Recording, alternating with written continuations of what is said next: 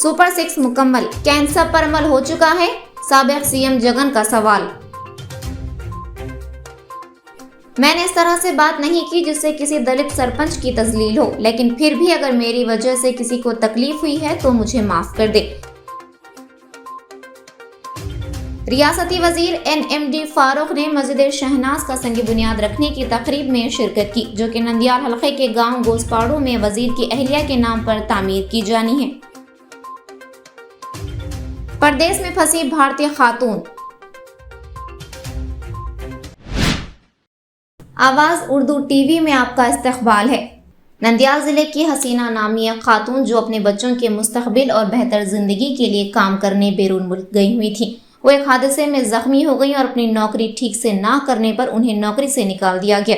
उन्हें कोई दूसरी नौकरी नहीं मिल रही थी। वो परेशान थी कि वो क्या करें, क्योंकि उनके पास अपने मुल्क वापस आने के लिए भी पैसे नहीं थे।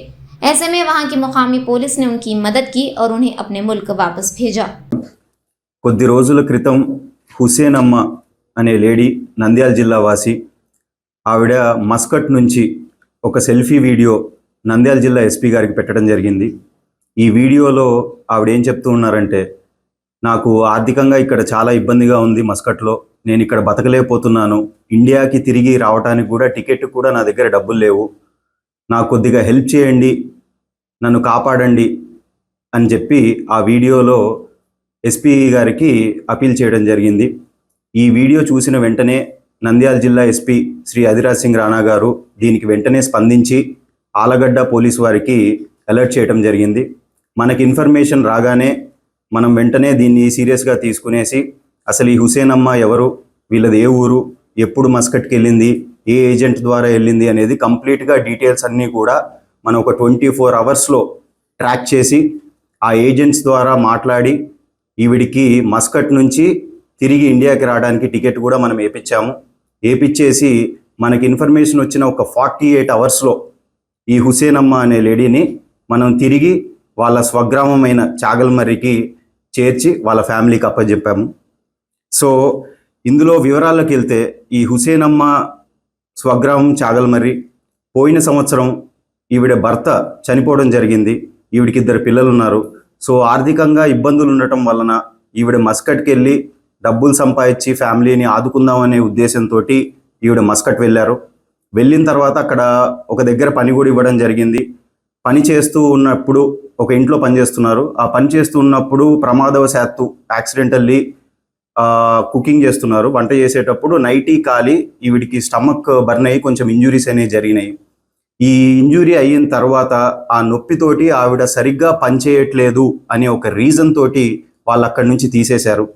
తర్వాత సబ్సిక్వెంట్గా ఈవిడ చాలా ఇళ్లల్లో పనిచేయడానికి ట్రై చేశారు, వేరే దగ్గర వర్క్ కోసం అనేసి. కాకపోతే ఈవిడికున్న ఇంజురీ వల్ల సరిగ్గా పనిచేయట్లేదు అనే కారణంతో ఎక్కడా ఈవిడికి ఉద్యోగం రాలేదు. అక్కడ ఉద్యోగం లేక ఆర్థిక ఇబ్బందులతోటి అక్కడ ఇంకా బతకలేని స్థితులు వచ్చినాయి ఈవిడికి. అలాంటి పరిస్థితుల్లో ఈ వీడియో తీసి తిరిగి ఇండియా రావాలని ఈ వీడియో తీయడం జరిగింది. సో మనకు కూడా ఈ వీడియో రాగానే మనం కూడా బాగా అలర్ట్ అయ్యి వెంటనే స్పందించి ఈవిని వచ్చేటట్టు మనం హెల్ప్ చేసి తీసుకొచ్చాము. ఇందులో మేజర్గా గ్రౌండ్ లెవెల్లో ఎఫర్ట్స్ పెట్టిన ఎస్ఐ చాగల్మరి గారిని అభినందిస్తున్నాము. అలాగే నంద్యాల జిల్లా పోలీస్ తరఫు నుంచి ఎనీ ఉమెన్ రిలేటెడ్ ఇష్యూస్ కానీ, మహిళా భద్రత కానీ, క్రైమ్ అగేన్స్ట్ ఉమెన్ కానీ మేము వెరీ సీరియస్గా తీసుకుని ప్రత్యేక శ్రద్ధతో ఆ పిటిషన్స్ కానీ ఆ ఇష్యూస్ కానీ డీల్ చేయడం జరుగుతుంది. మహిళా భద్రత గురించి మనం మాట్లాడుతున్నాం కాబట్టి మన నంద్యాల జిల్లా వ్యాప్తంగా శక్తి టీమ్స్ ఏర్పాటు చేయడం జరిగింది. వీళ్ళందరూ కూడా ప్రతి schools, colleges opening and closing టైంలో ఎటువంటి ఈవ్ టీజింగ్ ఇన్సిడెంట్స్ జరగకుండా, గర్ల్స్ స్టూడెంట్స్ ఎవరైతే కాలేజెస్కి, స్కూల్స్కి వస్తున్నారో సేఫ్గా వాళ్ళు చదువుకుని తిరిగి ఇంటికి వెళ్ళాలనే ఉద్దేశంతో కంప్లీట్గా ఈవ్ టీజింగ్ అనేది ఉండకూడదు అనే ఇదితోటి శక్తి టీమ్స్ కంప్లీట్గా తిరగడం జరుగుతుంది. అలాగే not just eve teasing aspects, వాళ్ళకి good touch, bad touch programs కూడా మనము స్కూల్స్లో కండక్ట్ చేస్తున్నాము. అదే కాకుండా రానున్న కాలంలో మనం సెల్ఫ్ డిఫెన్స్ ప్రోగ్రామ్ కూడా స్టార్ట్ చేస్తున్నాము. దీనికి సంబంధించి స్కూల్స్ ప్రిన్సిపల్స్తో కూడా మనం మాట్లాడుతున్నాము. It will be coming soon. And అదే కాకుండా శక్తి టీమ్స్తో పాటు మహిళలందరికీ నంద్యాల జిల్లా పోలీస్ నుంచి రిక్వెస్ట్ ఏంటంటే, మనకి ఈ శక్తి యాప్ కూడా ఉంది. ఈ యాప్ అందరూ మహిళలు డౌన్లోడ్ చేసి దాని సేవలు వినియోగించుకోవాలని కోరుకుంటున్నాము.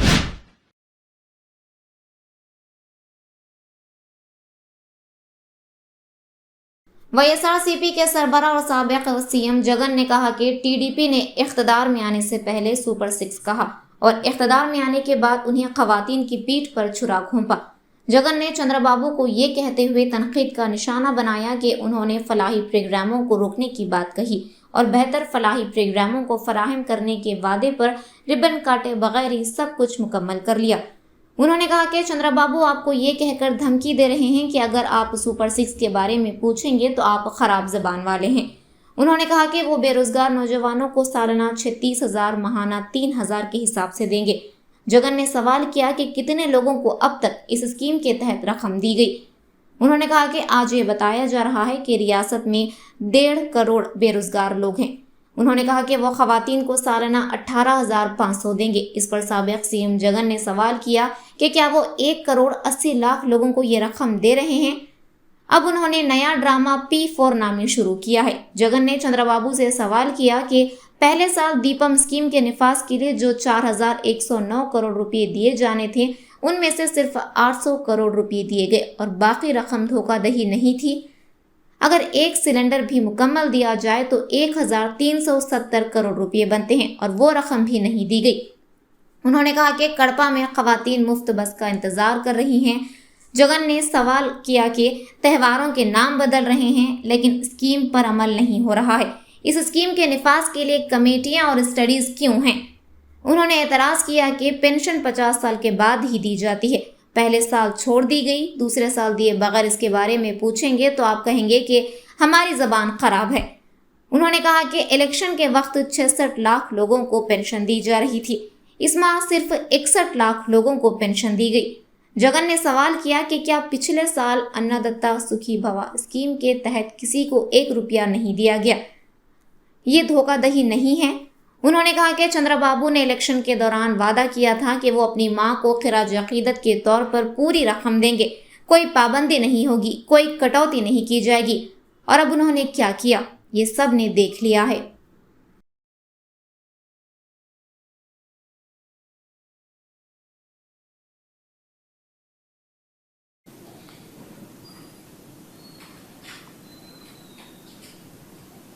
ఎన్నికలకు ముందేమన్నాడు? ప్లే చేయండి ఒకసారి. ఎన్నికలకు ముందేమన్నాడు? జగన్ చేస్తున్నవే కాకుండా జగన్ కన్నా ఇంకా ఎక్కువ చేస్తానన్నాడు. ప్లే చేయమా ఇప్పుడు మొదటి నుంచి. ఇస్తున్న జగన్మోహన్ రెడ్డి పెట్టిన సంక్షేమ కార్యక్రమాలు ఆగిపోవు, ఇంకా మెరుగైన సంక్షేమ కార్యక్రమాలు ఇచ్చి మిమ్మల్ని ముందుకు తీసుకుపోతామని హామీ ఇస్తున్నా. మళ్ళా ఒకసారి ప్లే చేయమా బాగా ఇంపు. ఈ రోజు నేను ఒకటి హామీ ఇస్తున్నా, జగన్మోహన్ రెడ్డి పెట్టిన సంక్షేమ కార్యక్రమాలు ఆగిపోవు, ఇంకా మెరుగైన సంక్షేమ కార్యక్రమాలు ఇచ్చి మిమ్మల్ని ముందుకు తీసుకుపోతామని హామీ ఇస్తున్నా. ఇప్పుడు అడుగుతా ఉన్నా, సూపర్ 6, సూపర్ 7 పేరిట తాను చేసిన వాగ్దానాలు, సూపర్ 6, సూపర్ 7 పేరిట తాను చేసిన వాగ్దానాలు రిబ్బన్ కట్ చేయకుండానే మొత్తం చేసేశానని ఇప్పుడు చెప్తా ఉన్నాడు.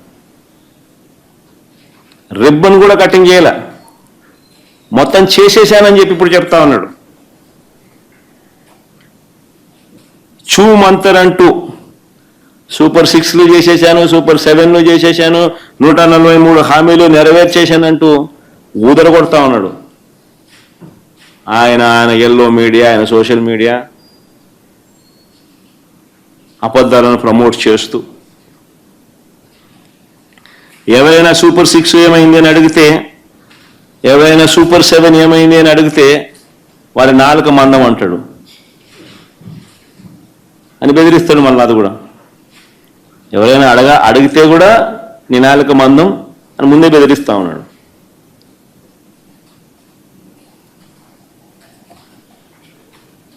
నేను అడుగుతా ఉన్నా, ఏదో చంద్రబాబు చేసేస్తానని చెప్పి చెప్తా ఉన్నావు, నీ నాలుక మందము ఎవరైనా ప్రశ్నిస్తే మీ నాలుక మందం అని చెప్పి మీరు అడుగుతా అని మీరంతకు మీరే బెదిరిస్తా ఉన్నారు కదా. మరి నేను అడుగుతా ఉన్నా, నిరుద్యోగ యువతకు నెలకు 3,000 రూపాయలు ఇస్తానన్నారు. అంటే సంవత్సరానికి 36,000. నేను అడుగుతా ఉన్నా, ఎంతమందికి ఇచ్చినారు 36,000 అని అడుగుతా ఉన్నా.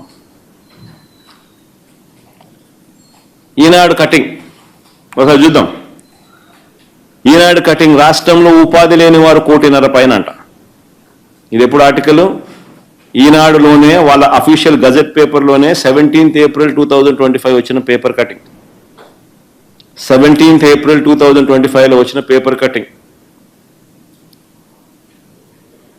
రాష్ట్రంలో ఉపాధి లేని వాళ్ళు 1.5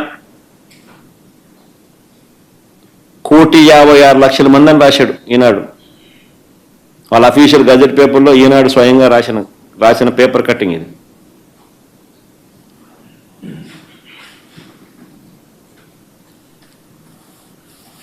మరి ఒక్క పైసా కూడా 36,000 ఇస్తానని చెప్పినోడు కనీసం ఒక్క పైసా కూడా ఇవ్వకుండా అన్నీ నేను చేసేశాను, సూపర్ 6 చేసేశాను, సూపర్ 7 చేసేశాను, ఎవరైనా కూడా ఇంకా సూపర్ 6 సూపర్ 7 చేయలేదా అని అడిగితే వాళ్ళ నాలుక మందం అని చెప్పి బెదిరించడం ధర్మమేనా అని అడుగుతాను, మోసం కాదని అడుగుతాను.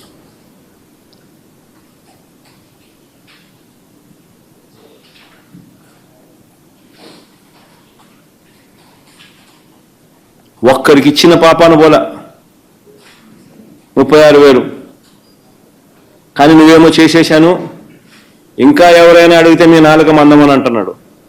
ధర్మమేనా, మోసం కాదా అని అడుగుతా ఉన్నా. రెండో హామీ ఇంకొకటి, 18 ఏళ్ళు నిండిన ప్రతి మహిళకు 18 ఏళ్ళు నిండిన ప్రతి మహిళకు నెలకు 1,500 రూపాయల చొప్పున ఏడాదికి 18,000 ఇస్తామన్నారు. ఆడబిడ్డ నిధి అని చెప్పి దీనికి ఒక పేరు కూడా పెట్టారు. మన రాష్ట్రంలో ఎంతమంది ఓటర్లు ఉన్నారు అని చెప్పి ఇది ఎలక్షన్ కమిషన్ ఓటర్ లిస్టు.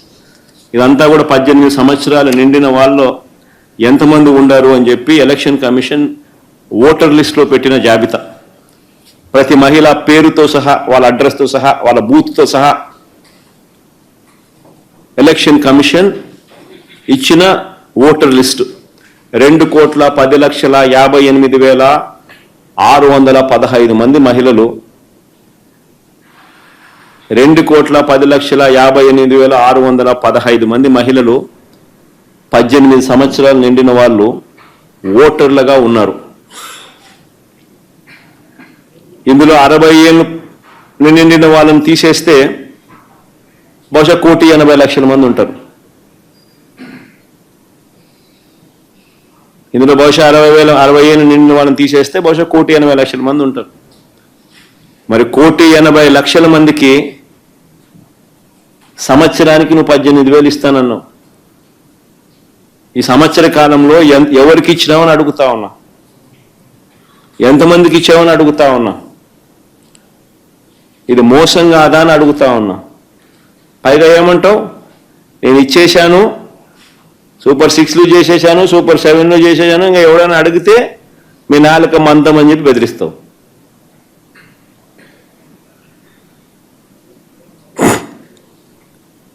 ఇప్పుడు మళ్ళా ఈ సంవత్సరం కూడా మళ్ళా ఇంకా ఫర్దర్గా డ్రామా పెంచుతూ మోసం చేస్తూ ఇప్పుడు P4 అని డ్రామా ఆడుతున్నావు. ఆశ్చర్యం, నువ్వు ఇవ్వాల్సింది పోయి ఎవడో శ్రీమంతునితో ఒకరికో ఇద్దరికో ఇప్పిస్తానని చెప్పి మళ్ళీ డ్రామాలు ఆడుతూ చెప్తా ఉన్నావు P4 అని.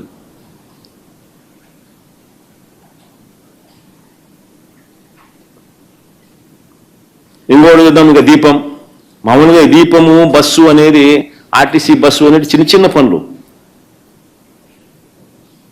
నాకు తెలిసి ఇవన్నీ చాలా చిన్నవి.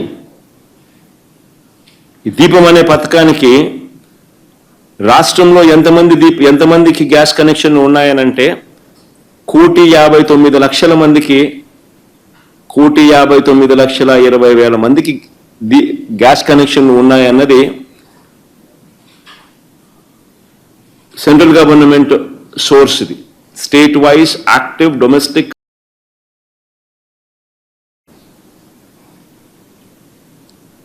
మహిళలకు ఉచిత బస్సు. అది అన్నిటికన్నా చాలా సులభం. నెలకు 275 కోట్లు అవుతుంది. ఆర్టీసీ వాళ్ళకు 3,000 కోట్లు ఇస్తే ఆ పథకం ఇంప్లిమెంట్ అవుతుందో. మా కడపలో మహిళలందరూ ఎదురు చూస్తూ ఉన్నారు. పొద్దున్నే విశాఖపట్నం పోవచ్చు, అలా షికారుకు పోవచ్చు, విశాఖపట్నం చూసి రావచ్చు, మళ్ళీ మరుసటి రోజు విశాఖపట్నం నుంచి తిరిగి రావచ్చని.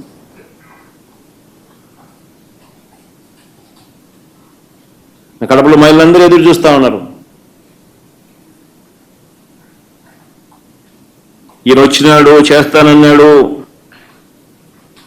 సంవత్సరం అయిపోయింది, పండుగల పేర్లు మారుతూ ఉన్నాయి. ఫస్ట్ ఏమన్నాడు మా ఉగాది అన్నాడు, మళ్ళీ ఏమన్నాడు ఉగాది అయిపోయింది, దసరా అయిపోయింది, సంక్రాంతి అయిపోయింది, మళ్ళీ ఏమన్నాడు మళ్ళా ఉగాది అయిపోయింది, ఇప్పుడు మళ్ళీ ఆగస్ట్ 15 అంటున్నాడు.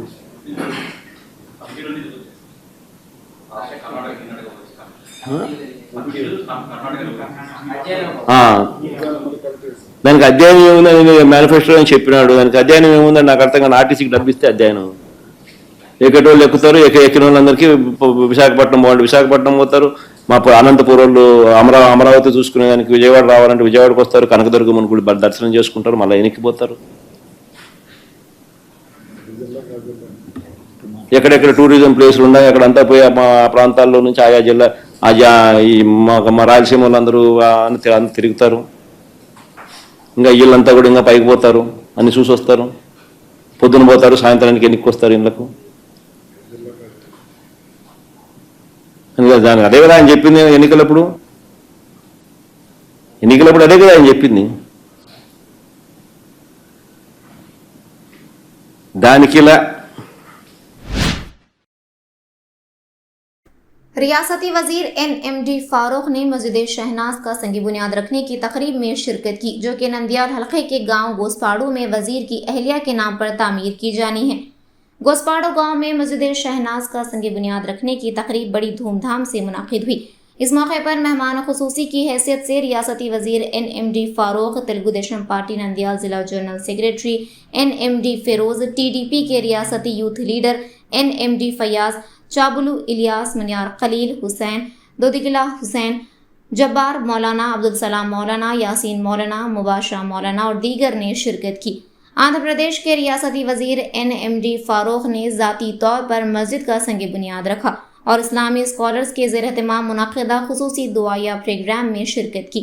बाद-अज़ा मस्जिद कमेटी के अरकान ने कहा कि गुज़िश्ता इलेक्शन से कबल NMD फारूक ने गोसपाड़ू गांव में तमाम सहूलियात से आरास्ता मस्जिद ना होने की वजह से मुस्लिम और दोदिगुला भाइयों को दरपेश मुश्किलात को देखते हुए ये तयख़ुन दिया था कि वो यहाँ मस्जिद की तामीर के लिए ताउन करेंगे। उन्होंने कहा कि गोसपाड़ू गांव में आकर तमाम सहूलियात से आरास्ता मस्जिद का संग बुनियाद रखने के प्रोग्राम में शिरकत करके इलेक्शन से कबल किए गए वादे को पूरा करते हुए बहुत खुशी हुई है। मुकम्मल करने तक सब ऐसी मोहब्बत से इसके साथ जुड़ने की तौफीक अता फरमा। अल्लाह इस रास्ते के हर मुश्किल को दूर फरमा। पूरे जने बैठे हुए शाम को से करते हैं आप पूजे में ये అయిపోయాక అలాగే దువా చేస్తారు ఈ కార్యక్రమం ये पूरा हो जाए। मैंने इस तरह से बात नहीं की जिससे किसी दलित सरपंच की तजलील हो, लेकिन फिर भी अगर मेरी वजह से किसी को तकलीफ हुई है तो मुझे माफ कर दे। बीजेपी MLA पार्थ सारथी। अडोनी के MLA पार्थ सारथी की एसटी सरपंच की तौहीन करने की वीडियो वायरल हुई थी, जिसके बाद बीजेपी MLA ने अवामी तौर पर माफी मांगी थी। जुमेरात को अपने कैंप ऑफिस में बात करते हुए उन्होंने कहा कि इस महीने की 16 तारीख को हुई मीटिंग में मैंने इस तरह से बात नहीं की जिससे किसी दलित सरपंच की तस्लील हो। कुछ लोग सियासी बदनीयती के साथ वीडियो को एडिट कर रहे हैं और मुझ पर कीचड़ उछाल रहे हैं। उन्होंने याद दिलाया कि मैं वो शख्स हूं जिसने म्युनिसिपल ऑफिस में स्वच्छ भारत स्कीम के तहत सफाई सुथराई के कारकुनों के पांव धोए थे। ఆ రోజు జరిగిన సందర్భం వేరు. ఆ గ్రామంలో మేము వెళ్ళాం. ఆ గ్రామంలోనికి సంబంధించిన సర్పంచి చంద్రశేఖరు ఎంతో కాలంగా వైఎస్ఆర్సీపీ పార్టీలో ఉన్నాడు. ఎన్నికల తరువాత మా ఆలోచన విధానం నచ్చి మేము ఇది అణగారిన ప్రజలకు చేస్తున్న సేవల్ని దృష్టిలో పెట్టుకొని మాతో చేరినాడు. మా పార్టీలోకి వచ్చినాడు. మా పార్టీలో ఎంతో గౌరవంగా మేము చూసుకుంటున్న పరిస్థితిని ఈరోజు మీరందరూ కూడా గమనించాల్సిన అవసరం ఉంది. ఆ సందర్భంలో మేము గ్రామంలో వెళ్ళి గ్రామం అంతా తిరిగిన తర్వాత ఆయన దూరంగా నిలబడినాడు. మేము ఆలయం కట్ట మీద నిలబడినాం. అది దేవాలయానికి సంబంధించినటువంటి కట్ట, అది దాని మీద నిలబడినాం. ఆయన దూరంగా ఉన్నాడు, అర్థం కాలేదు. నేను చూస్తున్నా ఎక్కడున్నా నీ మనిషిని పక్కన చూస్తాను, లేడు ఎక్కడో దూరంగా జనాల మధ్యలో ఉంటే రావయ్యా రావయ్యా అని పిలుస్తూ ఉన్నాం. పైకి రమ్మన్నాం 2 సార్లు 3 సార్లు, పైకి రానున్నా పక్కన ఉండాల్సిన వ్యక్తివి నువ్వు అని పిలుస్తూ ఉన్నాం. నాకు అనుమానం వచ్చింది, అతను ఏమన్నా వేరే మతాన్ని ఆచరిస్తున్నాడేమో, అందువల్ల దేవుడి కట్ట మీద నిలబడడానికి ఇబ్బంది పడతా ఉన్నాడా అని నేను ఆ దృష్టితో ఎంక్వైరీ చేస్తూ ఉన్నాను. ఈ సందర్భంలో టీడీపీ లీడర్ అయినటువంటి కృష్ణమ్మ గారు చెప్పారన్నటువంటి మీ అన్నీ కూడా మీరు చూశారు. ఇవన్నీ కూడా నేను మీకు ప్రజలకందరికీ కూడా స్పష్టంగా చెప్పాను. ఏ రోజు కూడా అతను ఏ ఒక్క అణగారిన ప్రజల్ని, ఏ ఒక్క బీసీని కానీ, ఏ ఒక్క ఎస్సీని కానీ, ఏది ఒక్క ఎస్టీని కానీ, ఏ ఒక్క మైనారిటీ ఎవరిని కూడా కించపరచాలని కానీ తక్కువ చేసి చూడాలన్న ఆలోచన మాకు ఏ రోజు లేదు. అటువంటి రాజకీయాలే చేయలేదు. ఏది ఏమైనప్పటికి కూడా జరిగిన విషయాన్ని మాత్రం మీరందరూ వీడియోలు 1-4 సార్లు వీడియోలో చూడాల్సిన అవసరం ఉంది. నా ప్రమేయం లేనప్పటికి కూడా, నాకు అటువంటి ఆలోచన లేనప్పటికి కూడా, అటువంటి ప్రవర్తన లేనప్పటికీ కూడా నా సమక్షంలో జరిగిన దానికి నేను బాధ్యత వహించాల్సిన అవసరం కూడా ఉంది. జరిగిన సంఘటనల్ని పూర్తిగా ఖండిస్తూ, జరిగినటువంటి సంఘటనలో ఎవరి మనోభావాలు దెబ్బతిన్నా, మా సర్పంచ్ గారు నిన్నే మాట్లాడినారు కూడా, నిన్నటి జరిగినటువంటి ఆ వీడియో చూసి అనుమానం వచ్చిన ప్రతి ఒక్కరికి కూడా, ఆ వీడియో చూసి బాధపడిన ఎవరికైనా సరే, లేదా దాని నిజమో కాదో అబద్ధమో తెలియక కన్ఫ్యూజన్లో ఉన్న ఎవరికైనా సరే నేను సమాధానం చెప్పాల్సిన అవసరం ఉంది. అందువల్లే ఈ సమావేశాన్ని ఏర్పాటు చేసి నా తోటి ఉద్యమకారులందరితో పూర్తి స్థాయిలో చర్చించినాం. దీన్ని ఎలా ఎదుర్కోవాలా అన్న విషయాన్ని కూడా మేము స్పష్టంగా ఆలోచన చేసి ఈ సభాముఖంగా మా అందరి సమక్షంలో, మీడియా సమక్షంలో జరిగిన వాటికి చింతిస్తూ ఉద్యమ సంఘాలకు కానీ, దళిత సంఘాలకు కానీ, దళితులకు కానీ, మా బీసీలకు కానీ, అణగారిన వర్గాలకు ఎవరైనా సరే నేను బహిరంగంగా క్షమాపణ చెప్తా ఉన్నాను. ఇది ప్రత్యేకమైన సందర్భం. నిన్నటి నుంచి మీరందరూ చూస్తూ ఉన్నారు.